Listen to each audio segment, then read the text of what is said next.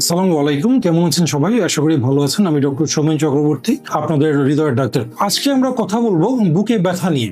এই যে বুকে ব্যথা, আমি মজা করেই বলি যে আমাদের হার্টের 90% রোগী মারা যাওয়ার সময় মারা যায় জেনে যে আমি গ্যাস্ট্রিকে মরে যাচ্ছি, এবং আমরা বুকে ব্যথা নিয়ে বসে থাকি গ্যাস্ট্রিকের ব্যথা বলে। এখন সব বুকে ব্যথাই কি গ্যাস্ট্রিকের ব্যথা?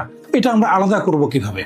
বিশেষ করে আমাদের মা বোনরা যারা আছেন তারা কিন্তু এমনিতেই বাসায় একটু নিজেদের সমস্যাগুলোকে চেপে রাখেন, এবং তারা কিন্তু বারবারই আমরা দেখি যে বুকে ব্যথা হচ্ছে, হয়তো আমার মায়েরই হচ্ছে, জিজ্ঞাসা করলাম হ্যাঁ বুকে ব্যথা হচ্ছে, না রে বাবা গ্যাস্ট্রিকের ব্যথা।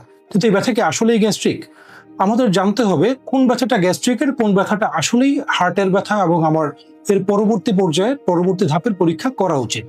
এই যে গ্যাস্ট্রিকের ব্যথাটা কিন্তু সাধারণত হবে আমার বুকের নিচের অংশে, এবং এই ব্যথাটা যখন হবে তার সাথে খাবারের একটা রিলেশন থাকবে। খাওয়ার পরে হয়তো ব্যথাটা একটু কমবে, বা খেলে আর একটু বাড়বে। এবং গ্যাস্ট্রিকের যে ব্যথা, সেটাতে সাধারণত আমরা যে অনেক সময় বলি যে আপনার মুখে কি তিতা পানি আসে, হয়তো আপনার ঢেকুর হচ্ছে, মুখে একটু তিতা পানি আসছে, সেটা মোস্ট লাইকলি গ্যাস্ট্রিকের ব্যথা।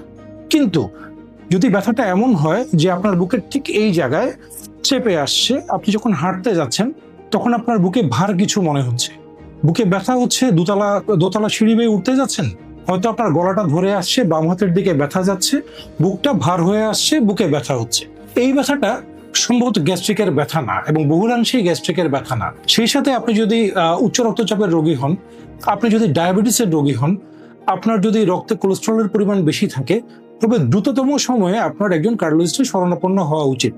কারণ হয়তোবা গ্যাস্ট্রিকের ব্যথা বলে আপনি যাকে পুষে রাখছেন বা দেখছেন আরেকটু দেখি, সেই ব্যথার জন্য হয়তোবা কালকে আপনার কারোর সাথে আর কোনো সময় দেখা হবে না। কারণ হার্ট অ্যাটাক বা হৃদরোগ আমাদের মৃত্যুজনিত মৃত্যু ঝুঁকি যেসব রোগে আছে তাদের মধ্যে 1 নম্বরে আছে। তো এই যে হার্টের ব্যথা, বুকের ব্যথা, আমি বলি সেটা একটা অ্যালার্ম। আপনি নিজের কোমরবিড কন্ডিশনগুলো, নিজের ঝুঁকিগুলো জানুন, জেনে দ্রুততম সময়ে আপনি একজন হৃদরোগ বিশেষজ্ঞের শরণাপন্ন হন, ইসিজি করুন। এর পরবর্তী যে পরীক্ষাগুলো ওনার কথা মতো, যদি ইকো করতে হয় সেটা করুন। এক্সারসাইজ টলারেন্স টেস্ট আমরা বলি, যে হাঁটার সময় আপনার ইসিজিতে কোনো পরিবর্তন আসছে কিনা সেটা করতে হবে, এবং যদি তিনি জরুরি মনে করেন সেক্ষেত্রে ব্লক শনাক্তে এনজিওগ্রামে যাওয়া, যেটাতে ব্লকের মাত্রা আমরা পরিমাপ করি, সেটা করা খুবই জরুরি। কারণ আজকে আপনি সচেতন হলে কালকে সেই সচেতনতা হয়তো আপনার জীবন বাঁচাবে।